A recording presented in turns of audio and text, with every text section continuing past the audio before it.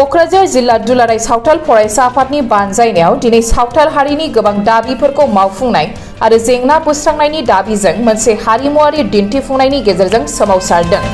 क'क्राझार जिल्लानि सिङाव थानाय कारिगाव गोजौ फरायसालिनि गेलेग्रा फोथारनिफ्राय जागायनाय बे हारिमुआरि दिन्थिफुंनायनि गेजेरजों आसामाव रायजो जानाय सावथालफोरनि हानि फाट्टा होनाय, आसाम सरकारा सावथाल हारिखौ सा बागानिया मर्यादा होनायनि थांखिखौ बोखारना लाफिनबाय।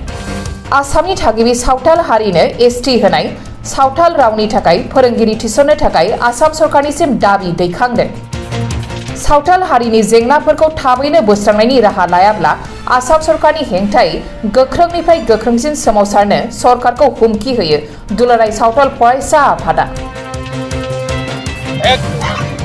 সংস্কৃতি প্ৰতিবাদী সমদল উলিয়াইছোঁ আৰু এই সংস্কৃতি প্ৰতিবাদী সমদলৰ যোগেদি অসম চৰকাৰক কৈ দিব বিচাৰিছোঁ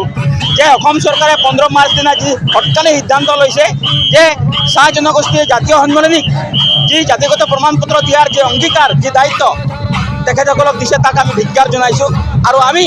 সাঁওতাল জনগোষ্ঠীক যি অসম চৰকাৰে চাহ জনগোষ্ঠীক সজাব বিচাৰিছে তাৰ প্ৰতিবাদত আজি সংস্কৃতি সমদল প্ৰতিবাদৰ যোগেদি অসম চৰকাৰক দেখুৱাই দিব বিচাৰিছোঁ যে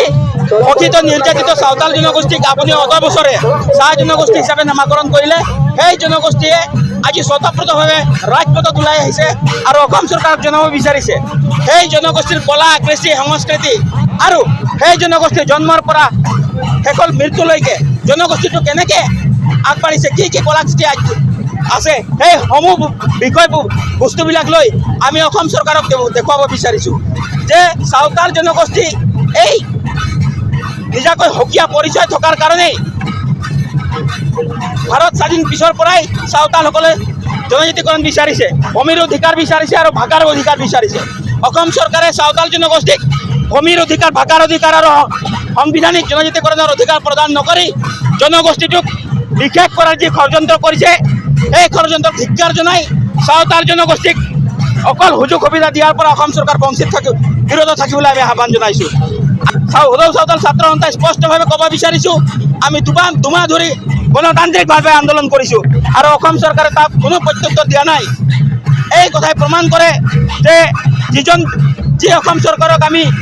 আমাৰ অভিভাৱক বুলি ভাবিছিলোঁ, যিজন অসম চৰকাৰক আমি গাৰ্জেন বুলি ভাবিছিলোঁ, সেই গাৰ্জেনে যদি সাঁওতাল জনগোষ্ঠীৰ প্ৰবঞ্চনাক উখনক বুজি নাপায় তেতিয়াহ'লে অনাগত দিনত সাঁওতাল জনগোষ্ঠী ইয়াতকৈ বৃহৎ কোনো আন্দোলন গঢ়ি তুলিব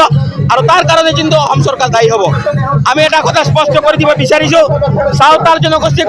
অনাগত দিনত চাহ জনগোষ্ঠী বুলি নামাকৰণ নকৰিব আৰু এই চাহ জনগোষ্ঠী নামাকৰণ কৰাই যে সাঁওতাল জনগোষ্ঠীৰ অস্তিত্ব, সাঁওতাল জনগোষ্ঠীৰ আত্মপৰিচয় আৰু সাঁওতাল জনগোষ্ঠীৰ সাংবিধানিক অধিকাৰ যে বঞ্চিত কৰিব এয়াই প্ৰমাণ কৰে। অসম চৰকাৰক আহ্বান জনাইছোঁ সময় থাকোঁতেই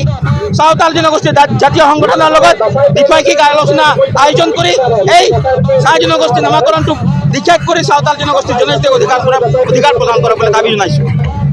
কাৰণ এই সাঁওতাল জনগোষ্ঠী কণ্ঠ নহোৱাৰ কাৰণে, এই সাঁওতাল জনগোষ্ঠী একত্ৰিত নহোৱাৰ কাৰণে বিজেপি চৰকাৰ আৰু মিত্ৰজোঁট চৰকাৰে সুযোগ পাইছে।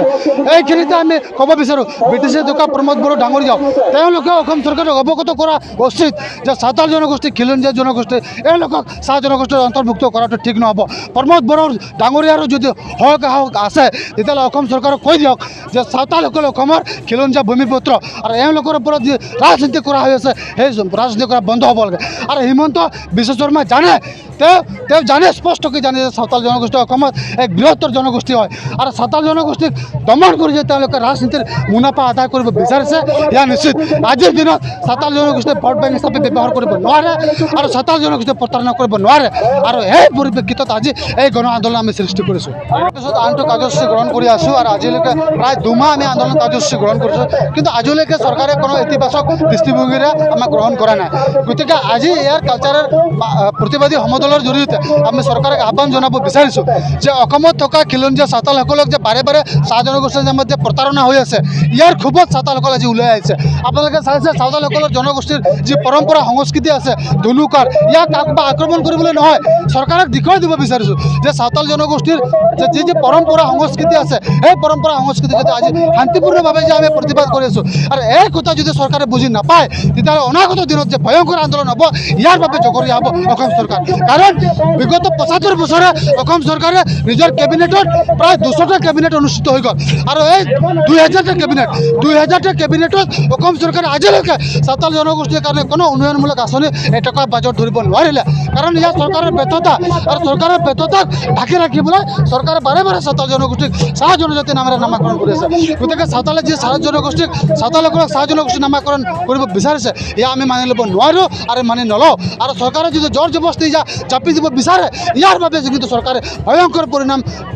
মোৰ লগত মোকাবিলা কৰিবলৈ আমি হুকিয়াই দিছোঁ আৰু অসমীয়া ভাষা আৰু অসমীয়া জাতীয় গঠনৰ ক্ষেত্ৰত যে সাঁওতালসকলৰ যে এক বৃহৎ ভূমিকা আছে ইয়া আমি আজি স্পষ্ট কৰি দিব বিচাৰিছোঁ অসমত যদি সাঁওতালসকল অসমীয়া মাধ্যম নপঢ়ায় তেতিয়াহ'লে প্ৰায় 5000 বিদ্যালয় বন্ধ হ'ব আৰু ইয়াৰ পৰিপ্ৰেক্ষিতত 75000 শিক্ষক শিক্ষয়িত্ৰীৰ চাকৰিৰ পৰিসমাপ্তি ঘটিব আৰু ইয়াৰ কাৰণে সময় থাকোঁতে আমি চৰকাৰক আহ্বান জনাইছোঁ যদি এই সময় থাকোঁতে সাঁওতাল জনগোষ্ঠীৰ প্ৰতি চৰকাৰে যদি কোনো ধৰণৰ ইতিবাচক সিদ্ধান্ত গ্ৰহণ নকৰে অনাগত 30 তাৰিখৰ ভিতৰত যদি চৰকাৰে কোনো ধৰণৰ আলোচনাৰ মজিয়ালৈ যদি সমস্যা সমাধান নকৰে 30 তাৰিখৰ পিছত সাঁওতালসকলে চৰকাৰৰ ভিতৰত অসহযোগ আন্দোলন ঘোষণা কৰিব আৰু চৰকাৰৰ বিৰুদ্ধে যে তীব্ৰ গণ আন্দোলন সৃষ্টি কৰিব এয়া নিশ্চিত আৰু আগন্তুক 30 তাৰিখৰ পিছত সাঁওতাল অধ্যুষিত অঞ্চলত যিসমূহ বিদ্যালয় আছে সম্পূৰ্ণ স্তব্ধ হ'ব বন্ধ হ'ব আৰু ইয়াৰ বাবে কিন্তু জগৰীয়া অসম চৰকাৰ হ'ব কাৰণ আজি অসম চৰকাৰে বিগত ভাৰতৰ অন্যান্য ৰাজ্যত সাঁওতালসকল জনজাতিকৰণ মৰ্যাদা লাভ কৰিছে কিন্তু অসমত লাভ কৰা নাই তাৰ মানে অসম চৰকাৰে পৰিকল্পনা কৰিছে সাঁওতালসকলক অসমৰ পৰা নিক্ষেপ কৰিব লাগে সাঁওতালসকলক অসমৰ পৰা ইয়াৰ পৰা নিক্ষেপ কৰি দিব লাগে কিন্তু ইয়াক মানিবলৈ দিয়া নহ'ব অসমৰ প্ৰায় 14 লাখ সাঁওতাল জনগোষ্ঠী আজি সজাগ হৈছে আৰু অসমৰ 18টা জিলা সমিতিয়ে এই কাৰ্যসূচী গ্ৰহণ কৰিছে কিন্তু চৰকাৰে হুকিয়াই দিব বিচাৰিছোঁ 18 লাখ সাঁওতাল জনগোষ্ঠীয়ে আগন্তুক 30 তাৰিখৰ পিছত ওলাই আহিব আৰু অসম চৰকাৰৰ যিবিলাক পুলিচ বল যিবিলাক আৰ্মি মিলিটাৰী আছে সব সাজু কৰি ৰাখক আমি আমাৰ অধিকাৰৰ সৈতে যুদ্ধ কৰিবলৈ সাজু আছোঁ আৰু যুদ্ধ কৰিবলৈ আমি ওলাই যাম তেতিয়া কিন্তু কোনো ধৰণৰ সমস্যা বা কোনো ধৰণৰ অপ্ৰীতিক ঘটনা সংঘটিত হ'লে ইয়াৰ বাবে দায়ী হ'ব অসম চৰকাৰ फोरोंगिरि मावनो गोसो गुदुं बिजाथिफोरनि थाखाय गोजोनथाव खौरां क'क्राझार जिल्लानि काजिगाव गुरुदामाव थानाय जेकेबि एकाडेमियाव जारिमिन एबा हिस्ट्रि आयदानि थाखाय सासे आयदा फोरोंगिरिनि गोनांथि जादों बिनायसाया ग्रेजुवेट आरो बिएड नङाब्ला डिएलएड थानाय जानांगोन दान बान्थाखौ सावरायनायनि गेजेरजों थि खालामनाय जागोन बेनिखायनो गोसो गुदुं बिजाथिफोरा सोलिफु जुन दाननि फैगौ 11 अक्ट'नि गेजेराव गाव गावनि सोलोंथाइनि रोंगौथि फोरमान बिलाइफोरजों लोगोसे आर'ज बिलाइखौ स्क्रिनाव होनाय थंआव गथायनो हागोन आर'ज बिलाइ गथायनायनि थं JKB academy Kajigaon post office आरो police station Kajigaon district Kokrajhar pin number 783339 mobile number 7002479620 आरो 9707447237